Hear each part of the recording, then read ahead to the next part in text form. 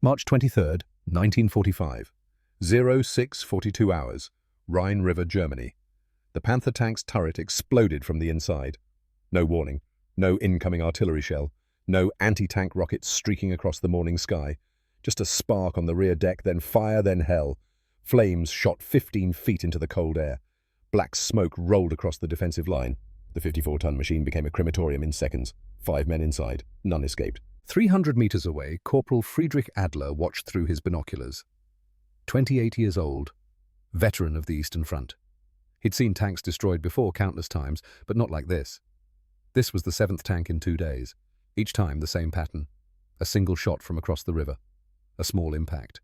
Then catastrophic internal explosion. The Americans had deployed something the Wehrmacht had never encountered. Something that violated every assumption about small arms capability. Across the Rhine, 1,800 yards distant, Staff Sergeant Elias Thornfield lowered his Browning M2 heavy machine gun, 28 years old, 5'10", 147 pounds down from 163 when he'd arrived in Europe 4 months ago. He pulled a small notebook from his jacket pocket, wrote in precise mechanical script, March 23rd, 0642, Panther tank. Range 1,800 yards, M8 API, engine deck penetration, catastrophic kill. Total armored vehicles destroyed 43. 43 German tanks destroyed by 1 man, using ammunition that cost $1.75 per round. The Germans called these rounds Teufel shots, devil shots, bullets that exploded inside tanks. But the real story wasn't the ammunition. It was how a machinist from Akron, Ohio had mastered a weapon nobody understood. Akron, Ohio, 1927. A 10-year-old boy stood beside his father in the machine shop at Goodyear Tire and Rubber Company. The lathe spun at 3,000 revolutions per minute. Metal shavings curled away from the cutting tool in perfect spirals. The air smelled of machine oil and hot steel. Silas Thornfield placed his hand on his son's shoulder. Watch the dial, Elias. See those numbers? That's telling you the tolerance. Right now we're at 0.002 inches. 2/1000ths. For this part we need 0.001. 1,000th. The boy squinted at the dial. What happens if you're wrong? His father turned off the lathe. The machine wound down with a descending whine. If you're wrong, you waste the part, waste the material, waste the time. He picked up the freshly cut piece, held it up to the light. The difference between 0.001 and 0.002 is the difference between perfect and garbage. Measure twice, cut once, and never, ever guess. Those words would echo in Elias Thornfield's mind for the rest of his life. 18 years later, they would help him kill 43 German tanks. By 1935, Elias Thornfield had become what his father dreamed of, a master machinist. Norfolk Naval Shipyard, Portsmouth, Virginia, building submarine drive shafts, components for destroyer engines. The tolerance for these parts wasn't measured in thousandths of an inch, it was measured in 10,000ths. 0.0001, the width of a human red blood cell. Elias could cut to that tolerance consistently, day after day. The lathe didn't lie, didn't make excuses. If the measurement was wrong, it was because the machinist was wrong. Personal responsibility. Absolute precision. No room for error. His supervisor once asked him how he maintained such consistency. Elias's answer was simple. I pretend every part I make is the one that will save my life someday. He had no idea how prophetic those words would become. December 7th, 1941. Pearl Harbor. Elias heard the news on the radio while working late in the shipyard. Japanese aircraft had attacked the Pacific Fleet. Thousands dead. Ships burning in the harbor. He set down his tools, walked outside into the cold Virginia night, stared at the submarines in dry dock, the destroyers being fitted with new engines, all of it suddenly meaningless. Because while he'd been cutting steel to 10,000ths of an inch, other men had been dying. 3 days later, Elias Thornfield enlisted in the United States Army, 24 years old, underweight for his height, no combat experience. The recruiter asked him what skills he had. I'm a machinist. I work with precision equipment. The recruiter checked a box on the form. We'll find a use for that. Fort Benning, Georgia. Basic training. Elias learned to march. To disassemble and reassemble an M1 Garand in 90 seconds. To low crawl under barbed wire while instructors fired live ammunition 2 feet above his head. He hated every minute of it. This wasn't precision. This was chaos. Controlled chaos, perhaps, but chaos nonetheless. Everything about military life contradicted what his father had taught him. Hurry, rush, good enough, close enough, keep moving. Then they introduced him to the Browning M2 heavy machine gun, 50 caliber. 40 inches long, 84 pounds unloaded, effective range against infantry 1 mile, rate of fire 450 rounds per minute. The weapons instructor demonstrated the gun's operation. Sergeant Hayes, 42 years old, career Army, the kind of man who'd seen everything twice. This weapon can penetrate light armor, destroy aircraft, suppress enemy positions at extreme range, but it's only effective if you understand ballistics. He pointed to a chart showing bullet drop at various distances. At 500 yards, the bullet drops 24 inches. At 1,000 yards, it drops 72 inches. You need to compensate. Aim high. Account for wind. Calculate trajectory. For the first time since enlisting, Elias Thornfield smiled. This was mathematics. This was precision. This was something he understood. The lathe worked because you calculated the cutting depth, the feed rate, the rotational speed. The M2 worked because you calculated the bullet drop, the wind drift, the range. Same principles, different application.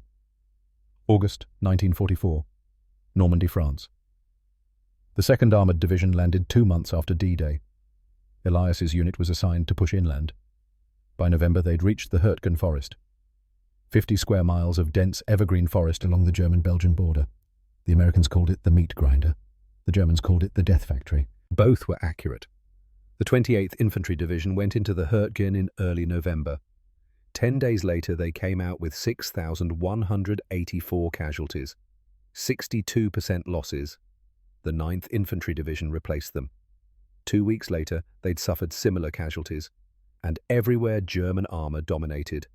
Panzermark 5 tanks, Panther tanks, all positioned at ranges between 600 and 800 yards, just beyond the effective range of American infantry weapons. Elias Thornfield watched this nightmare unfold from his position with the 2nd Armoured Division. His unit was supposed to provide fire support, but they couldn't protect anyone, not when German tanks could sit at 700 yards and destroy everything in front of them. December 3rd, 1944. Elias's unit occupied a small village 3 miles inside the German border. 27 men, 4 half-tracks, 2 M4 Sherman tanks. At 0630 hours, 3 German Panzer IV tanks appeared on the ridge to the east. 800 yards away, the American Shermans engaged immediately.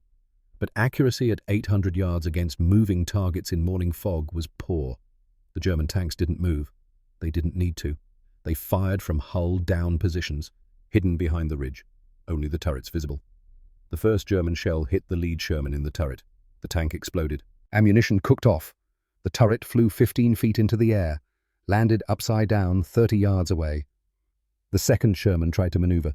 The second German shell caught it in the side armor. Flames consumed the vehicle in seconds. 17 Americans died in those 2 tanks. Elias sat behind his M2 Browning on a half-track, 800 yards from the enemy, close enough to see them through binoculars, too far to engage effectively with a machine gun. He could fire. The rounds would reach that distance. But hitting a target the size of a tank turret at 800 yards with iron sights while the enemy was hull down, statistically impossible. He watched the German tanks withdraw behind the ridge, unhurried, confident, untouchable. That night, Elias Thornfield sat in a frozen foxhole and thought about precision, about tolerances measured in 10,000ths of an inch, about how his M2 Browning could throw a 50 caliber bullet accurately to a mile. But accuracy meant nothing if you couldn't penetrate the target. There had to be another way. December 5th, 1944. Supply depot, 12 miles behind the front lines. Elias had volunteered to help transport ammunition. While loading crates onto a truck, he noticed something odd. A stack of ammunition boxes marked differently from the others. The standard boxes were stamped 50 caliber ball or 50 caliber armor piercing. These boxes were stamped M8API. Aircraft use only. Elias stopped, asked the supply sergeant about them. Sergeant Harlan Devereaux was 26 years old, an armourer before the war, thin face, sharp eyes, the kind of man who noticed details, those M8 armour-piercing incendiary rounds, made for aircraft machine guns, P-38s, B-17s. They penetrate aircraft skin and then explode inside, set fuel tanks on fire. Elias set down the crate he'd been carrying. Explode? Devereaux nodded. Yeah. There's a small incendiary charge inside the bullet. When it penetrates something, friction ignites the charge. Burns at 3,000 degrees, hot enough to melt steel. Has anyone ever tried using these against tanks? Devereaux laughed. Against tanks? Why would you? These are for planes. Elias stared at the boxes, his machinist brain calculating. Aircraft skin was thin. Aluminum, maybe 3 millimeters thick. Tank armor was different. Steel. Thick. But not all armor was equal. Engine decks. Turret tops. Rear plates. Those were thinner. 20 to 30 millimeters. Still thick. But maybe thin enough. How many rounds do we have? Devereaux checked his inventory sheet. About 5,000 rounds sitting here since September. I'm supposed to ship them back stateside next month. What if they got lost before then? Devereaux looked up sharply, studied Elias for a long moment, then smiled. I can probably misplace 50 rounds, see if they work. Elias Thornfield returned to his unit with 50 rounds of M8 API ammunition hidden in his gear. December 7th, 1944. 2 years to the day after Pearl Harbor. He requested permission to conduct weapons maintenance at an abandoned German position half a mile from American lines. Brought his M2. His loader, Private First Class Nathaniel Corbett. And a destroyed German half-track that sat in a clearing. Victim of American artillery 3 weeks earlier. The half-track's armor was 10 millimeters thick. Elias loaded a belt with 5 M8 rounds, positioned the M2 at 200 yards, aimed at the half-track's side panel, and fired. The first round struck the armor with a sharp crack. Then came a second sound, smaller, muffled, an explosion from inside the half-track. Elias and Nate stared at each other. Neither spoke. They moved closer, examined the impact point. There was a small hole in the armor, 12.7 millimeters, 50 caliber. Around the hole, the metal was scorched black. Inside the half-track, they found the answer. The bullet had penetrated the armor completely. On the interior wall opposite the entry hole, there was a blast pattern, scorch marks, melted metal. The incendiary charge had detonated after penetration. This wasn't aluminum aircraft skin. This was steel armor. And the M8 round had gone through it like it was paper. Elias's hands trembled as he examined the remaining rounds. His machinist brain started calculating. 10 millimeters of armor penetrated at 200 yards. What about 500 yards? What about the thinner armor on tank engine decks? What about turret rings where the metal had to be thin enough to allow rotation? This ammunition could kill tanks, not might. Could. And nobody knew about it because nobody had thought to try. Elias requested 200 rounds of M8 API from Captain Thaddeus Aldrich the next morning. The captain was 48 years old, career Army, a good officer, fair, competent, but conservative. Sergeant, those rounds cost $1.75 each. Standard ball ammunition costs 11 cents. That's a 16-to-1 cost difference. Request denied. Sir, I've tested them. They can penetrate German armor. Aldrich's jaw tightened. You obtained API rounds without authorization? Yes, sir. Those rounds are allocated for aircraft use only. Removing them from supply without proper requisition is theft of military property. Yes, sir. But, sir, they work. Against light armor, they penetrate and explode inside the target. Might work is not a justification for violating supply protocols. Aldrich stood. If I find out you've obtained more API rounds without authorization, I'll have you court-martialed. Is that clear? Yes, sir. Elias saluted, left the captain's tent, stood outside in the December cold. Captain Aldrich was right about one thing. Elias wasn't a tactician. He was a machinist. And machinists knew something that tacticians sometimes forgot. The rule book was written by people who'd never operated the machinery. Sometimes you had to break the rules to make the machine work. Elias walked back to the supply depot, found Sergeant Devereaux organizing crates in the dim light. I need 500 rounds. Devereaux raised an eyebrow. Your CO approved that. My CO doesn't understand what we have here, but he will, after I show him what these rounds can do. Devereaux studied him for a moment. Then he started loading crates. 500 rounds of M8 API. Officially, this shipment got damaged in transport. He handed Elias the first crate. You better be right, Elias. I'm not wrong, because the mathematics says it will, and mathematics doesn't lie. December 9th, 1944, 05:47 hours. Elias Thornfield hadn't slept. He sat in his foxhole, 500 rounds of M8 API ammunition stacked beside him, and sketched diagrams in his notebook by flashlight. The same notebook where he'd recorded lathe measurements for 7 years. Now it contained something different. Armor penetration calculations. His loader, Nate Corbett, watched from across the foxhole. 22 years old, farm boy from Indiana. Good hands, quick learner. You really think this will work? Elias didn't look up from his calculations. The M8 round has a hardened steel penetrator core. Heat treated to Rockwell 62 hardness. The ballistic charts say it can penetrate 3/4 of an inch of armor at 500 yards. But tanks have thicker armor than that. Frontal armor, yes. A Panther has 80 millimeters up front, 3.1 inches. We can't touch that. Elias turned his notebook so Nate could see the diagram. A tank viewed from above, different sections marked with numbers. But look at the top, the engine deck. That's 20 millimeters, 0.79 inches. Well within the M8's penetration capability. He pointed to another section. Turret ring, the gap where the turret rotates, 15 to 20 millimeters. Another section. Rear armor, 30 millimeters on a Panzer IV, 1.2 inches, still penetrable at close range. Nate studied the diagram.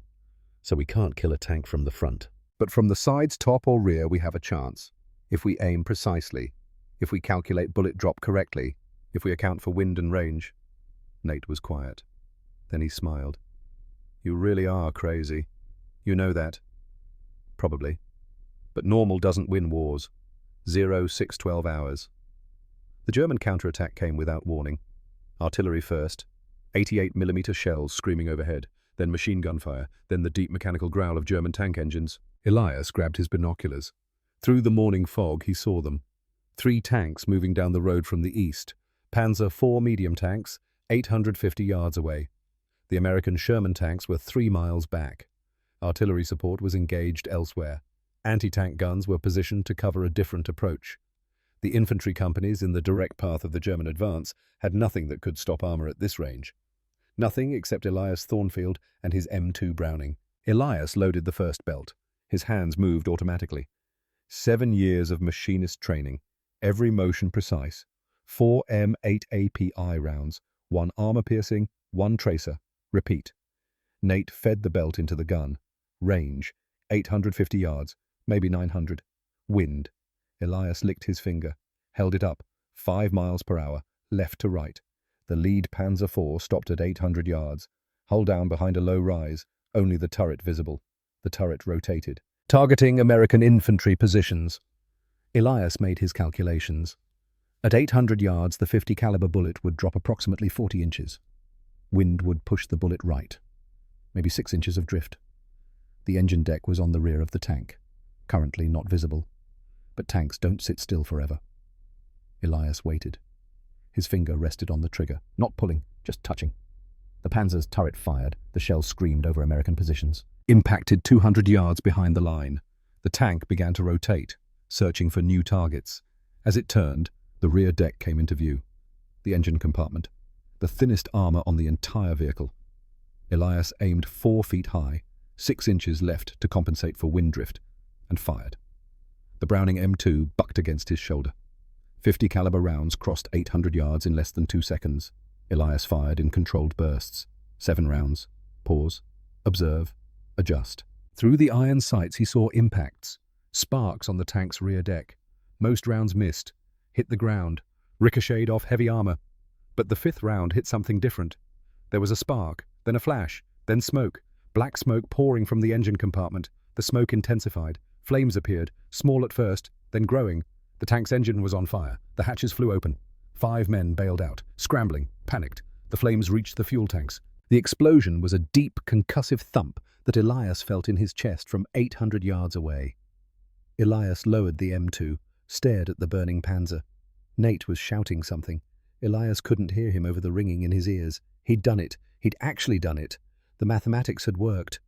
Elias opened his notebook with shaking hands, wrote in mechanical script. December 9th, 0614, Panzer IV, range 850 yards, M8 API, engine deck penetration. Catastrophic kill. Total armored vehicles destroyed 1. The other 2 German tanks withdrew. Within an hour, Captain Thaddeus Aldrich appeared at Elias's position. The captain stared at the burning Panzer in the distance, then at Elias, then at the M2. "Sergeant, did you destroy that tank?" "Yes, sir. With your machine gun, using ammunition you obtained without authorization? Yes, sir. Aldrich walked toward the burning tank. Elias and Nate followed. 800 yards through frozen forest. They reached the tank. It was still burning, too hot to approach closely.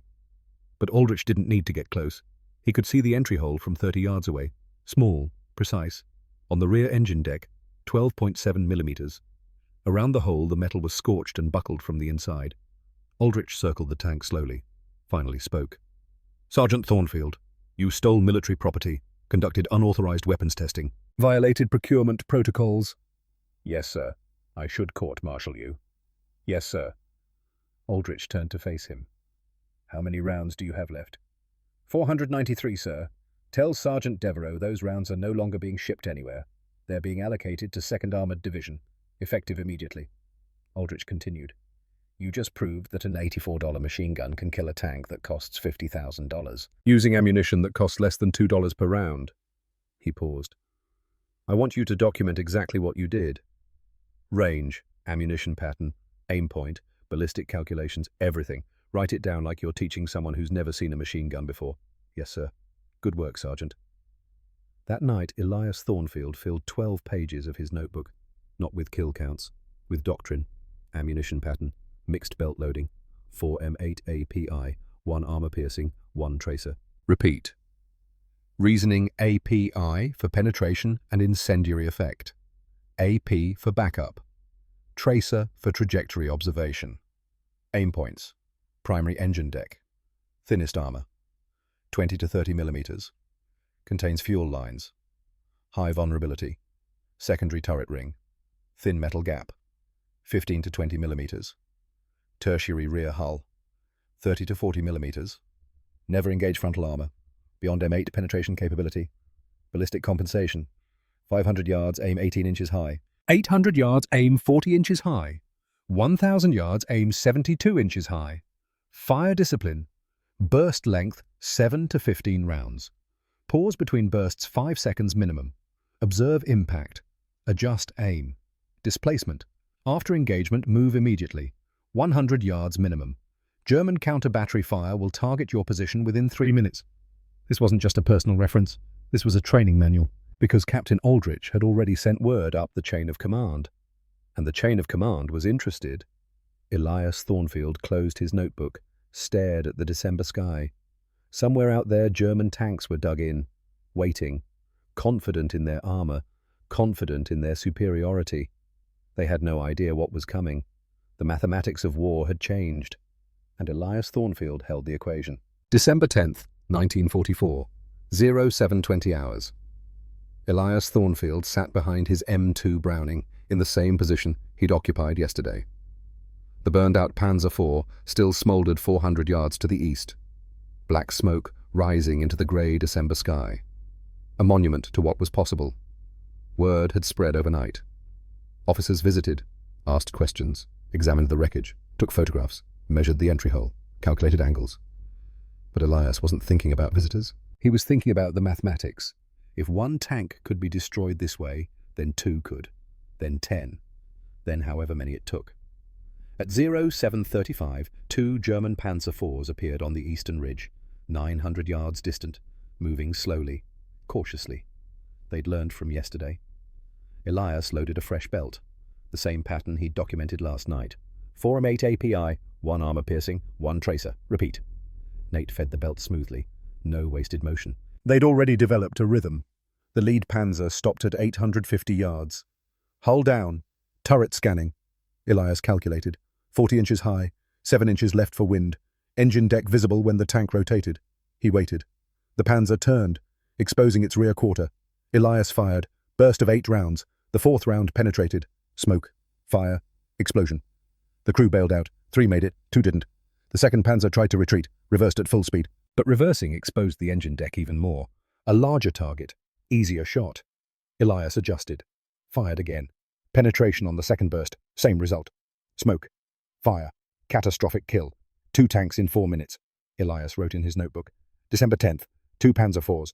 Range 850 yards. M8 API. Engine deck penetrations. Total 3. Nate stared at the burning vehicles. How many men Elias didn't look up from his notebook? 10. Probably. 5 per tank. Maybe 8 survived. Maybe. He closed the notebook. His hands were shaking slightly, not from fear, from the realization of what he'd just done. 10 men, dead, because he'd calculated bullet trajectories correctly. The mathematics didn't care about men, only about angles and distances and penetration values. December 12th, 1944. Tank number 4. A German half-track appeared at 600 yards. Easier target, thinner armor. Elias engaged immediately. The M8 rounds punched through the vehicle's side like it wasn't there.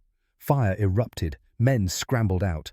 But this time Elias was using an 8 power scope, borrowed from a sniper, mounted temporarily to observe his impacts more clearly.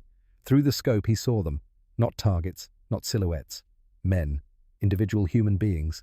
One of them couldn't have been older than 19. Blonde hair, pale skin, eyes wide with terror as flames consumed the vehicle behind him. The boy ran, stumbled, got up, kept running. Elias could have fired again, could have cut him down. The boy was in the open, vulnerable, standard procedure. But Elias didn't fire. He watched the boy disappear into the tree line, watched the half-track burn, watched 3 bodies that didn't make it out. That night, Elias dreamed about the blonde boy, dreamed he was running, on fire, screaming, dreamed that Elias was the one who'd set him ablaze. He woke up at 0300, couldn't fall back asleep. December 14th, tank number 5, a Panzer IV at 1,000 yards, the longest shot he'd attempted. 72 inches of bullet drop, 12 inches of wind drift. It took 3 bursts, 22 rounds, but the 5th round of the 3rd burst found the engine deck. The tank burned. December 15th, tanks 6 and 7, 2 kills in one afternoon, both Panzer IVs, both at ranges exceeding 800 yards, 7 tanks in 6 days. Approximately 35 German soldiers dead, maybe 40. The mathematics was imprecise because not all crew members died in every kill. Some escaped, some burned. Elias had stopped trying to count individual deaths. He counted tanks, vehicles, machines, because machines were easier than men. December 15th, 1944, 1600 hours. A delegation arrived from 2nd Armoured Division headquarters. 2 majors, a colonel, 3 master sergeants. They wanted to see the technique demonstrated. Elias obliged. A destroyed German half-track served as target, 600 yards away. He loaded a 20-round belt, explained his aim point selection, engine compartment, calculated bullet drop, 24 inches at this range, compensated for wind, 4 miles per hour, 4 inches of drift, fired a 7-round burst. The 3rd round penetrated the half-track's armor. The observers saw the flash, the incendiary charge detonating inside the vehicle. Colonel Patterson spoke. 52 years old, West Point, 3rd Generation Army, Sergeant Thornfield. How many enemy vehicles have you destroyed? 7 confirmed, sir. 6 tanks, 1 half-track. And you developed this technique independently? No formal training? Yes, sir. I'm a machinist by trade. I applied the same principles I used in precision manufacturing. The colonel turned to the majors. Every M2 gunner in this division needs to learn this technique. One of the master sergeants spoke. Sergeant Major Wilson, combat veteran, practical-minded. Sir, this requires significant mathematical ability. Most gunners won't have that training. Elias interrupted. Respectfully, Sergeant Major, I disagree. I learned this mathematics as a 10-year-old in a machine shop. Any soldier can learn it. It's not about intelligence. It's about practice. Colonel Patterson smiled. Then you'll teach them, Sergeant. Starting tomorrow. 8 gunners from various companies. You have 1 week to make them proficient. For the next 7 days, Elias Thornfield became a teacher. 8 M2 gunners, ages 19 to 34, farm boys, factory workers, college students. Elias taught them the mathematics first, range estimation using geometry, bullet drop compensation, wind reading, wind. One of them, a 19-year-old from Nebraska named August Whitmore, threw down his pencil in frustration. I can't do this math. I barely passed high school. Elias picked up the pencil, handed it back. Did you hunt growing up? Yes, Sergeant. Did you lead ducks in flight aim where they were going to be? Yes, Sergeant. That's ballistic calculation. You already know how to do this. You just never called it mathematics. This isn't college calculus. This is the same thinking you used every time you fired a shotgun at a moving target. I'm just teaching you to be more precise about it. By day 7, all 8 gunners could hit a stationary target at 600 yards. 6 out of 8 could do it at 800 yards. 3 could do it at 1,000. Elias's doctrine was spreading. December 23rd, 1944. 2 weeks since the first tank kill. Elias had destroyed 9 enemy vehicles. His students had destroyed 3 more. 12 German armored vehicles eliminated by machine gun fire. A captured German intelligence report reached Elias's unit. Translated by Division Intelligence, American forces demonstrate enhanced anti-armor capability. Multiple incidents of armored vehicle destruction by small-caliber fire at extended ranges. Estimate 3 to 4 specialized anti-tank teams operating with new ammunition type. Recommend increased vigilance and maximum standoff distances. Elias read the report and smiled. 3 to 4 teams? The Germans thought multiple units were responsible. They didn't realize it was one man who'd taught 8 others. 8 who would teach 80. The mathematics of force multiplication. December 27th. Tank number 10, January 3rd, 1945. Tank number 12, January 8th. Tank number 13. The kills blurred together. Each one followed the same pattern. Calculation, compensation, fire, penetration, explosion, death. Elias kept meticulous records. Range, wind, temperature, humidity, bullet drop, rounds expended, time of day, every variable that might affect the shot. His notebook filled with data, cold, precise, mathematical. But his body was changing. January 14th, 1945. Tank number 15. Elias destroyed 4 vehicles in one day. Personal record, 2 Panzer IVs, 2 half-tracks. All at ranges exceeding 700 yards. That night, he stepped on a scale in the medical tent. 151 pounds, down 12 pounds from his arrival weight. He hadn't noticed, hadn't cared. Food was fuel, sleep was maintenance. Everything else was secondary to the mission. His hands had developed a constant slight tremor, not enough to affect his shooting, not yet, but visible when he tried to write in his notebook. He slept 4 hours that night. Dreamed about burning tanks, about men screaming, about blonde boys running through fire. Woke up at 0200, couldn't fall back asleep. January 31st, 1945. 22 tanks destroyed. Elias sat in his foxhole and did mathematics. 22 tanks, 5 crew members average, 110 men, dead, directly attributable to his actions. Some had escaped, maybe 20, maybe 30, so the actual death count was probably 80, maybe 90. 80 human beings who would never go home, never see their families, never grow old. Because Elias Thornfield could calculate bullet trajectories to within 2 inches at 800 yards. He stared at his hands. They were shaking worse now, not just a slight tremor, a visible shake. Nate noticed. "You need to see the medic." "I'm fine." "You're not fine. You've lost weight. You don't sleep. Your hands shake." "I said I'm fine." But he wasn't fine. He knew it. Nate knew it. The mathematics of human endurance said he was approaching his limit. February 5th, 1945. Tank number 24. February 9th. Tank number 26. February 12th. Tank number 27. The Wehrmacht had started calling the M8 API rounds Teufel shots, devil shots, ammunition that killed from the inside, bullets that exploded in the darkness. 15 miles east, Corporal Friedrich Adler sat in a frozen bunker and read the latest casualty reports. 27 armored vehicles destroyed in 63 days, all by the same method. Small caliber penetrations, internal fires, catastrophic kills. The psychological impact was devastating. German tank crews were refusing to operate within 1,000 yards of American lines during daylight. Movement was restricted to night, to fog, to any condition that might hide them from the invisible enemy. But it didn't help. The Americans killed tanks at night, in fog, in snow. Wherever German armor appeared, it died. Friedrich wrote in his diary. February 15th, 1945. 4 more tanks lost yesterday. The Americans see through weather, through darkness. We are dying, and there is nothing we can do about it. The Teufel shots find us, always. February 15th, 1945. 1430 hours. Tank number 28. A German command car appeared on the eastern road, 850 yards distant, moving fast, trying to reach cover before American artillery could range it.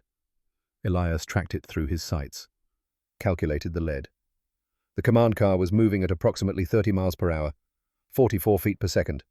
At 850 yards, his rounds would take just under 2 seconds to arrive. The vehicle would travel 88 feet in that time. He aimed 12 feet ahead of the vehicle, compensated for bullet drop, for wind, for the Earth's rotation, for every variable that mattered. Fired. A 6-round burst. The first 2 rounds missed, impacted dirt where the vehicle had been. The 3rd round hit the engine block, punched through, continued into the passenger compartment. The command car swerved, crashed, stopped. 2 men inside, the driver, and a young soldier in the passenger seat. Through his 8 power scope, Elias saw them clearly. The driver was older, 40 maybe. Officer's uniform. The passenger was young, 19 at most. Blonde hair, wide eyes, terrified. The same blonde boy from the half-track, or maybe a different boy. They all looked the same through the scope. Young, terrified, human. The third round had penetrated the firewall, hit the passenger, not a kill shot, a wound. The boy fell from the car, screaming, blood on his uniform. Other Germans ran to help him. 4 men, 5, exposed, in the open, easy targets. Elias's finger rested on the trigger. Standard procedure said to fire. Enemy soldiers in the open. Eliminate them. But Elias was staring at the wounded boy, watching him scream, watching men try to save him. 1 second passed. 2, 3. Nate spoke quietly. Why aren't you shooting? Elias didn't answer. Couldn't answer. His finger was frozen on the trigger. Not pulling, not releasing, just frozen. The Germans loaded the wounded boy into a half-track, drove away. The officer went with them. 5 men escaped because Elias Thornfield didn't pull the trigger. Nate asked again. Why didn't you shoot? Elias lowered the M2. His hands were shaking badly now. Because he's 19 years old, and I'm the one who shot him. And that's enough. That night, Elias tried to write in his notebook, but his hands were shaking too much to form clear letters. Nate had to write for him. February 15th. Command car. Range 850 yards. M8API. Engine penetration. Passenger wounded. Did not engage follow-up targets. Tank number 28. 1 shot I wish I'd missed.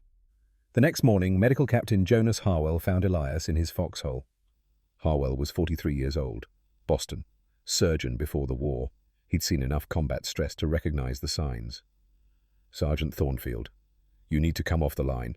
I'm fine, sir. You're not fine. You've lost 16 pounds. You sleep 2 hours a night when you sleep at all. Your hands shake constantly. You're burning out. I'm still effective. You won't be if you collapse. Or if exhaustion makes you miss. Or if you're too slow and a German tank kills a platoon because you weren't sharp enough. Elias met the doctor's eyes. Sir, with respect, every tank I kill saves approximately 15 American lives. That's not theory. That's documented data from Division Intelligence. If I can keep operating, I save lives. And if you collapse, then I fail. But I'd rather fail trying than sit in the rear knowing I could have helped. Harwell studied him for a long moment. You understand you're not going to survive this war if you keep pushing like this? Not the way you're going. Elias looked at the notebook in his lap. 28 entries, 28 calculations, 28 kills. The war is almost over, sir. Germany's collapsing. Few more weeks. I can rest then, if you make it that long.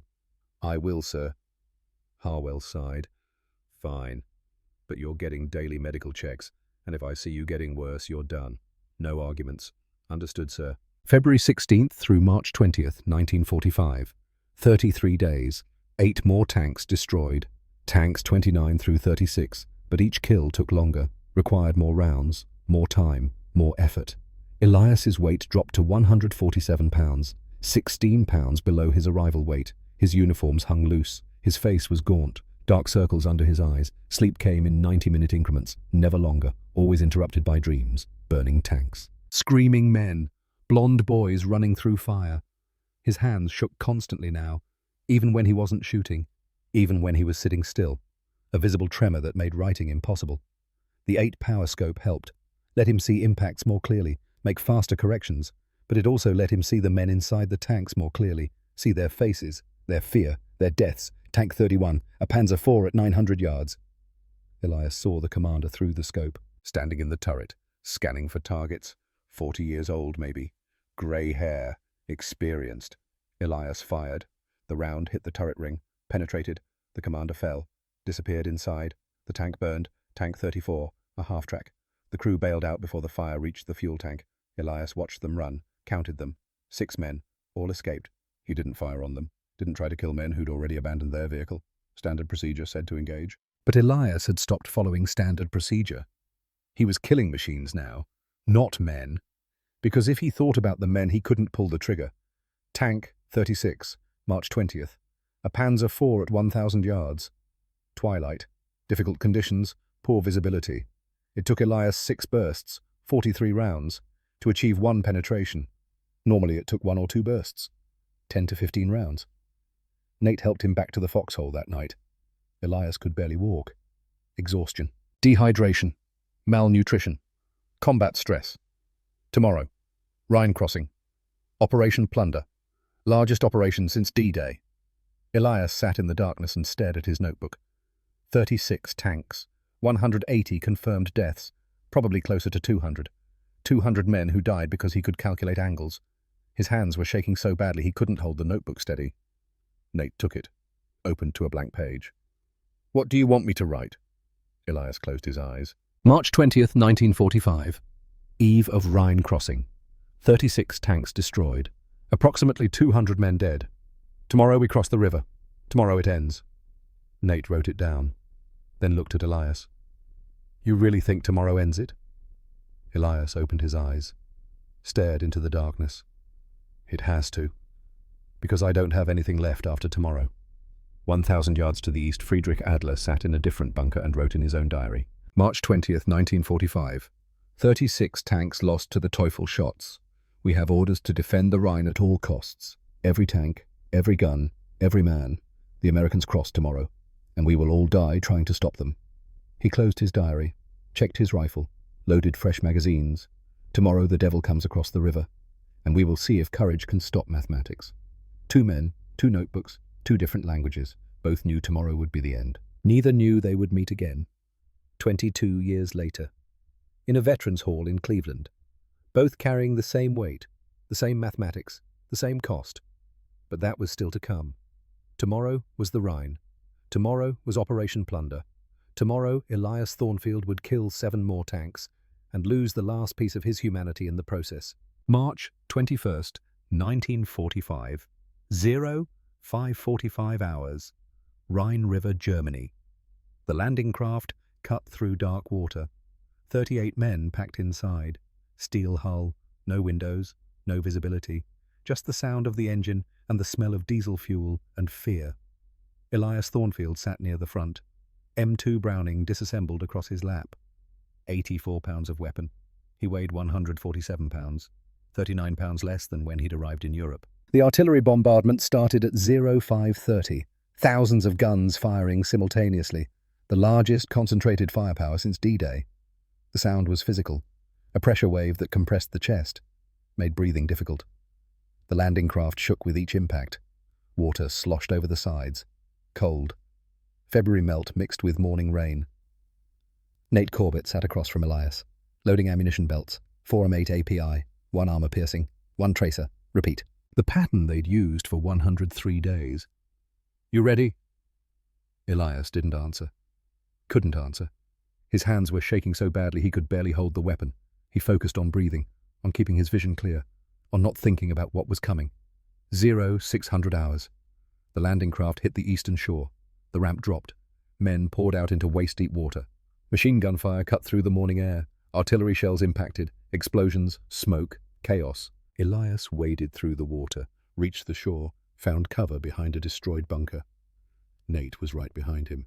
They set up the M2, fed the ammunition belt. The movements were automatic now, muscle memory replacing thought. Through the smoke, Elias saw them. German armor. Panthers and Panzer IVs dug in along the ridge. Hull down positions, firing at American forces crossing the river. He counted them. 18 tanks visible, probably more behind the ridge. All positioned between 800 and 1,200 yards. Perfect range for the M2. Perfect killing distance. 0647 hours. Tank number 37. A Panther at 1,000 yards. Elias calculated. 72 inches bullet drop. Wind 10 miles per hour right to left. 14 inches drift. Target engine deck. He aimed. His hands were shaking. The sight picture wavered. He braced the weapon against his shoulder, used his body weight to stabilize it, fired. The first burst missed entirely. Rounds impacted 20 yards left of the target. Elias adjusted, fired again. The 4th round of the second burst penetrated. Smoke appeared, then fire. The Panther's crew bailed out.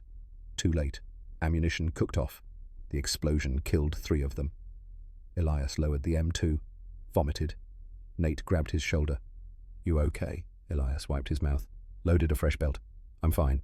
Next target, 0715 hours. Tank number 38. A Panzer IV at 900 yards. Elias's vision was blurring. Exhaustion, dehydration. Too many days without proper rest. He aimed, fired, missed, adjusted, Fired again. Missed. Third burst. Penetration. The Panzer burned. But it had taken him 3 bursts. Normally it took 1, maybe 2. He was failing. Breaking down. Piece by piece. Calculation by calculation. 0830 hours. Tank number 39. Another Panther. 1100 yards. Elias could barely see through the smoke. His hands were shaking so badly that Nate had to help him aim. "Hold it steady. I'll guide you." Nate pointed. "There. 2 feet right. Up 4 feet." Elias fired. The 5th round hit. Engine penetration. Fire. Explosion. 3 tanks in 2 hours. Day 1 of the Rhine crossing. Elias sat behind his gun and stared at nothing. His mind was empty. No thoughts, no feelings, just mechanical function. Aim, fire, kill, repeat. Nate wrote in the notebook because Elias couldn't hold a pen. March 21st. 3 tanks. Range 900 to 1100 yards. M8 API. Engine deck penetrations total 39. That night, Medical Captain Harwell found Elias in a hastily dug foxhole. The captain took one look and shook his head. "You need evacuation." "No, Sergeant, that's not a request. You can barely stand. Your hands shake constantly. You vomited twice during combat. You're done." Elias met his eyes. "Sir." "One more day, then I'm done. I promise." Harwell stared at him for a long moment. Why? Why 1 more day? Because there are still German tanks on that ridge. And every tank I kill saves American lives. I can't stop. Not until it's finished. If you collapse out there, you're no good to anyone. I won't collapse. But he wasn't sure. Wasn't sure of anything anymore except the mathematics. And the mathematics said 1 more day. March 22nd, 1945. Day 2. 0600 hours. German counterattack. 6 Panthers advancing. Desperate attempt to push American forces back across the river. Elias engaged immediately. Tank number 40 at 800 yards. His first burst missed entirely. Hands too unstable. Nate grabbed the gun, helped him stabilize it. "Breathe. Like you taught us. Breathe." Elias closed his eyes, forced his breathing to slow. In, out, opened his eyes, aimed again, fired. The 3rd round penetrated. The Panther stopped. Smoke. Fire. Crew evacuation. 0620. Tank 41. A Panzer IV at 900 yards. Elias's vision was doubling. He blinked, tried to clear it, couldn't. Aimed at both images, fired at the space between them. Somehow, the round hit. Engine fire. Kill. 0700. Tank 42. A half-track at 600 yards. Should have been an easy shot. Took Elias 4 bursts. 28 rounds. His hands were shaking so badly the gun barrel was moving in visible arcs. But the mathematics still worked. The 23rd round penetrated. The half-track exploded. 3 more kills. 6 total for the crossing. 42 tanks destroyed in 105 days. Elias sat in the foxhole and felt absolutely nothing. No pride, no guilt, no fear. Just emptiness. A hollow space where emotions used to be. Nate tried to make him eat. Tried to make him drink water. Elias went through the motions. Swallowed. Drank. But he couldn't taste anything. Couldn't feel anything. The war had taken something from him. Something he couldn't name. Something he would never get back. March 23rd, 1945. 0642 hours. Morning mist hung over the Rhine. The 3rd day of the crossing. German resistance was collapsing. Their final defensive line breaking. But they still had armor. Still had tanks. Still had the capacity to kill. Elias sat behind his M2. 147 pounds. Hands shaking constantly. Vision occasionally doubling. But his mind still worked. Still calculated. Still ran the numbers. At 0638 movement on the eastern ridge, 1 final German Panther tank emerging from the smoke, 1,800 yards away. The longest range Elias had ever attempted. Nate saw it too. "That's too far." Elias didn't respond. He was already calculating. 1,800 yards. 78 inches of bullet drop. Wind 12 miles per hour left to right. 16 inches of drift. The Panther's engine deck was visible. 20 millimeters of armor. 0.79 inches. The M8 round could penetrate 3/4 of an inch at 1,000 yards. At 1,800 yards, penetration capability dropped significantly. Maybe 0.6 inches, maybe 0.5. The mathematics said it was possible. Barely.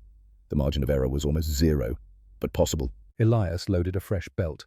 His hands were shaking so badly that Nate had to help. "You don't have to do this. Let artillery handle it." Elias braced the gun against his shoulder, used his entire body weight to stabilize it. "I have to finish it." He aimed, compensated high, compensated left. His vision wavered, doubled. He blinked, forced it to clear, fired.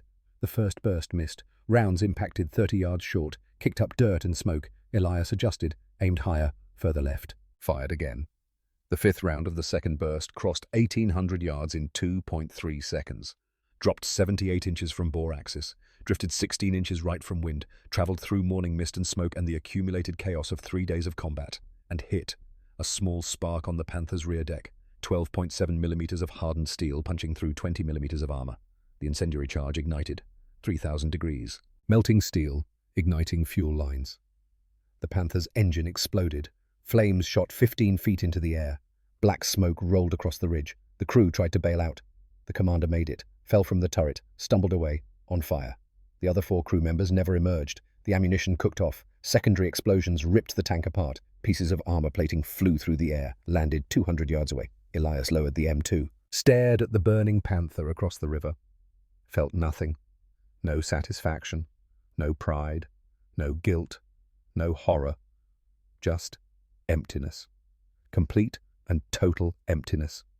He'd calculated the trajectory, compensated for every variable, executed the shot with precision, killed 5 men from 1,800 yards away, and felt nothing.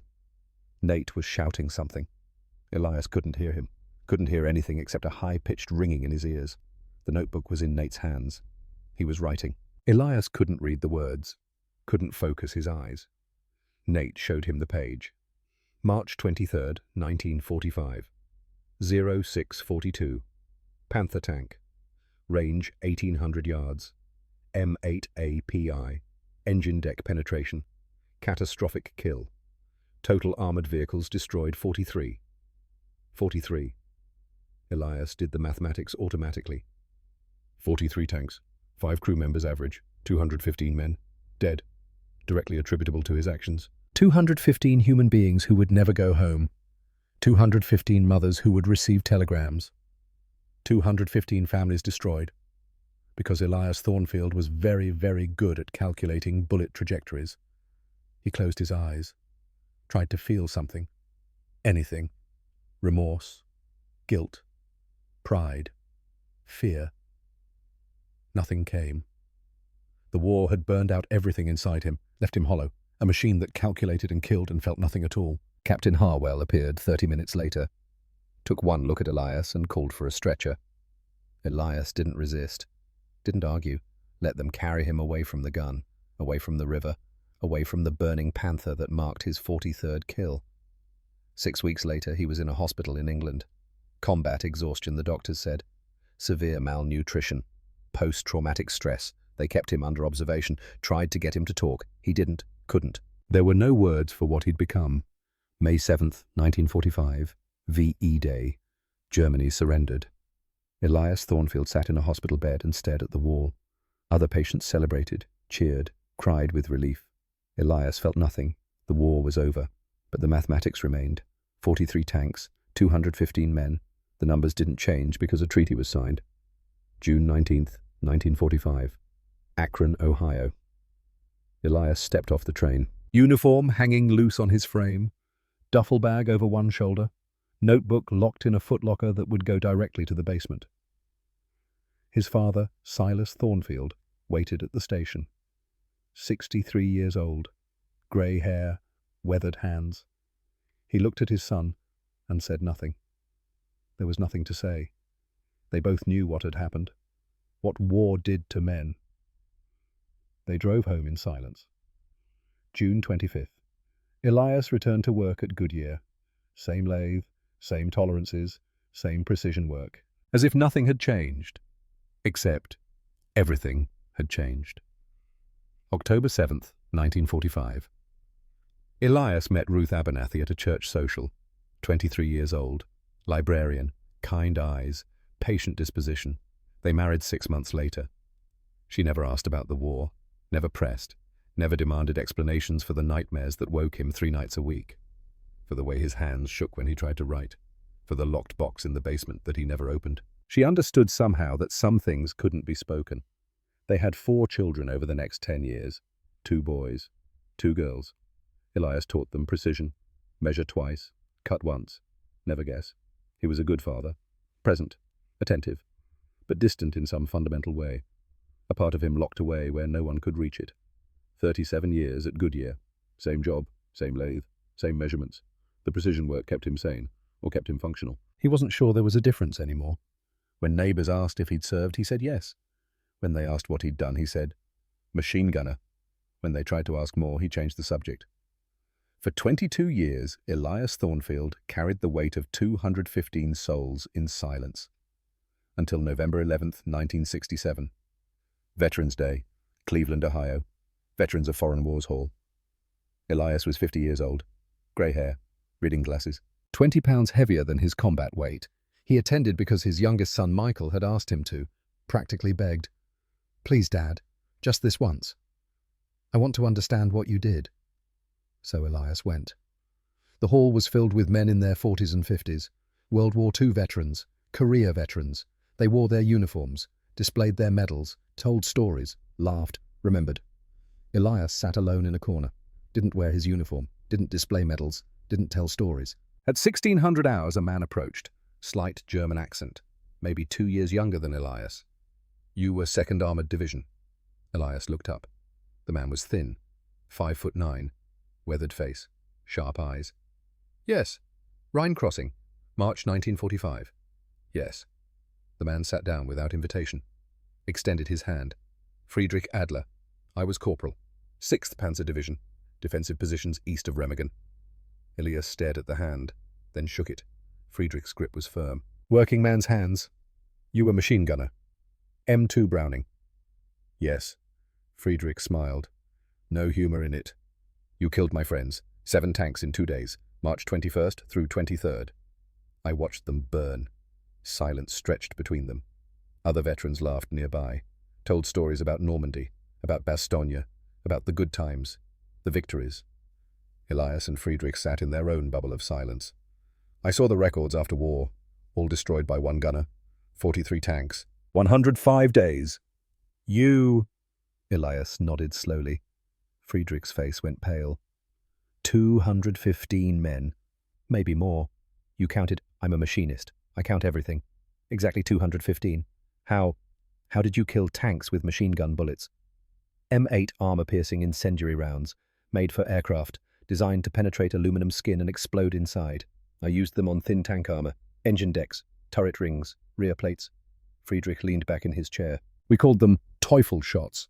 Devil bullets that exploded inside our tanks. The psychological impact was worse than the tanks lost. Our men refused to fight in daylight, refused to operate within 1,000 yards of American lines. The fear destroyed us more than the ammunition. I didn't know. Of course you didn't. You were across the river, calculating trajectories. We were in the tanks, dying. More silence. Friedrich stared at his hands. I hated you for years. The Phantom Killer. The Devil Shooter. I survived the war. Came to America in 1951. Started over in Cleveland. Got married. Had children. Built a life. But I still dreamed about those tanks. About the explosions. About watching my friends burn. Elias spoke quietly. I still dream about them too. Friedrich looked up sharply. You do. Every night. For 22 years. I see the tanks burning, hear the screaming, see the faces through my scope. 19-year-old boys, 40-year-old veterans. All of them dying because I could calculate bullet drop to within 2 inches at 800 yards. Friedrich studied him for a long moment. You carry guilt. Yes. Even though you were following orders, fighting a war, doing your duty. Guilt doesn't care about duty. 215 men are dead because of me. That they were enemy soldiers doesn't make killing them noble. Just necessary. Necessary and noble are different things. Friedrich nodded slowly. I killed Americans too. Following my orders, doing my duty. How many I don't know. I didn't keep a notebook like you, but enough. Too many. They sat in silence. 2 old men. Different sides of the same war. Same burden. Friedrich finally spoke. I thought meeting you would make me hate you more, or maybe give me closure. But instead I see you carry the same weight I carry, the same mathematics of death, the same cost. Mathematics doesn't care which side you are on, only about the numbers. No, it doesn't. Friedrich stood, extended his hand again. I cannot forgive what you did. Your precision killed my friends. But I understand now you had no choice. Same as me. War made us both into killers. Maybe we don't have to carry that alone. Elias stood, shook Friedrich's hand, held it for 30 seconds. Neither spoke. Neither needed to. When they released, Friedrich wrote a phone number on a napkin. Call me, if you want. Sometimes it helps to talk to someone who understands. Elias took the napkin. Put it in his pocket. Same for you. They met twice a year after that. For coffee, for lunch. They never discussed the war directly. Never talked about specific kills or specific battles. Just sat together. Two men who understood what it meant to be very good at killing, and to carry that knowledge for decades. Friedrich never told his family about Elias. Elias never told his family about Friedrich. It was their burden, their mathematics, their cost. March 15th, 1981. The United States Army declassified operational reports from the European theatre. Historians discovered Elias Thornfield's 43 tank kills in the archives. The Akron Beacon Journal ran a front-page story. Local war hero, highest tank kill count by machine gun in World War II. Precision gunner, mathematical genius. They interviewed Elias at his home. He was 64 years old, recently retired from Goodyear. The reporter was young, 26, eager, enthusiastic. Mr. Thornfield, how does it feel to be a hero?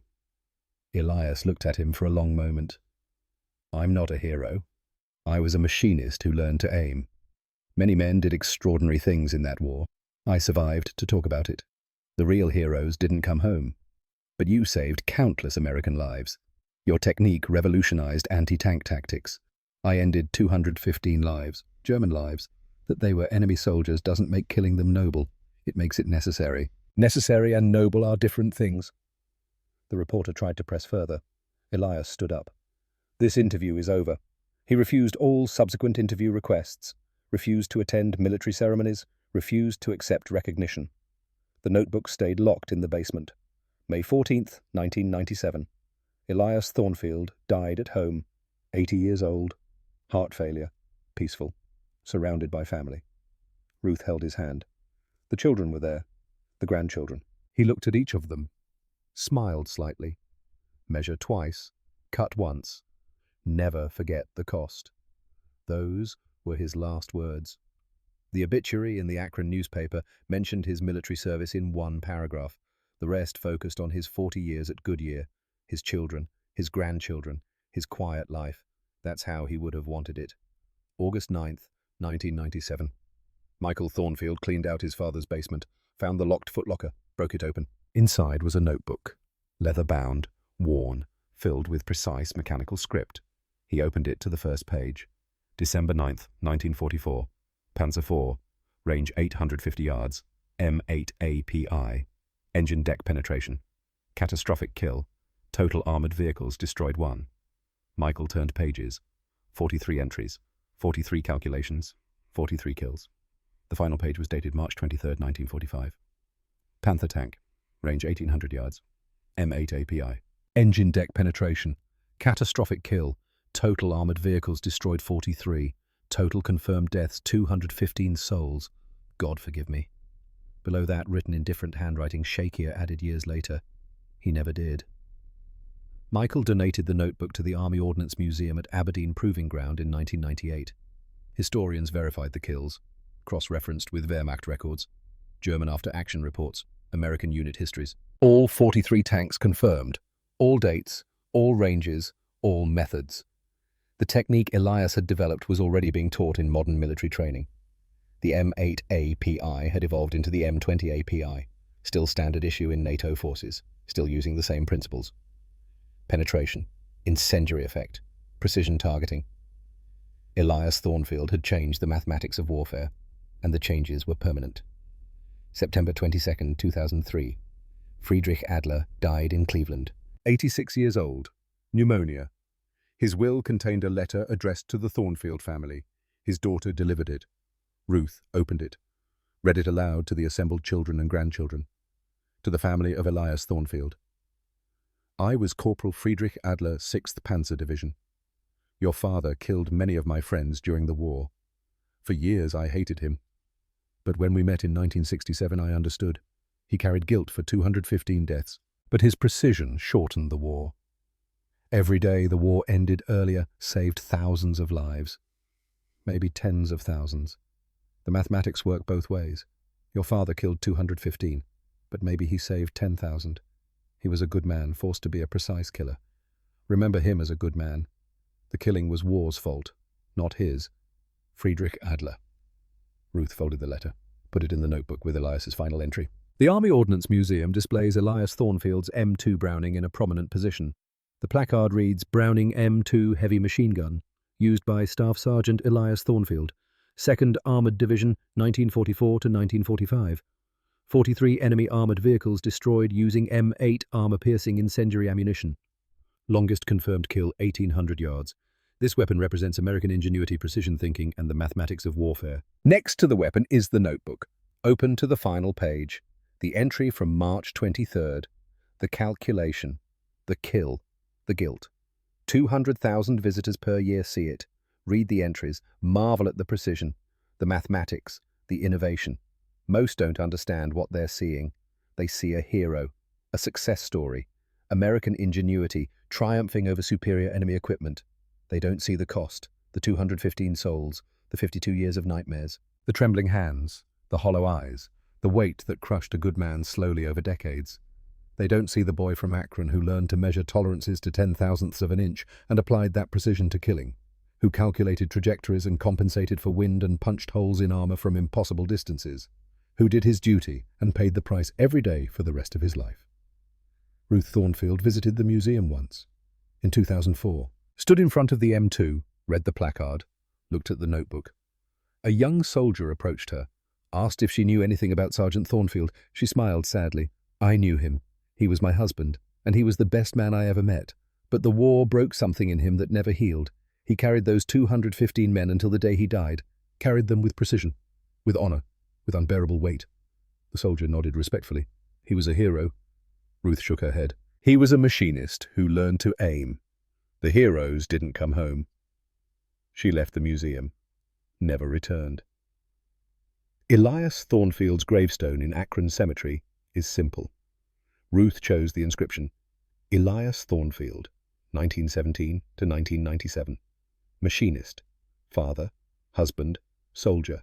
He measured twice, cut once, and never forgot the cost. No mention of 43 tanks, no mention of 215 deaths. No mention of the M2 Browning or the M8 API or the 1,800-yard shot that closed his war. Just the essential truth. He measured. He cut. He remembered the cost. For 52 years he remembered, and in the end, that was the heaviest burden of all. Not the killing, the remembering. The mathematics of war doesn't account for memory, doesn't calculate the cost of counting souls, doesn't measure the weight of precision when precision means death. Elias Thornfield knew that mathematics, carried it, until it was finally mercifully over.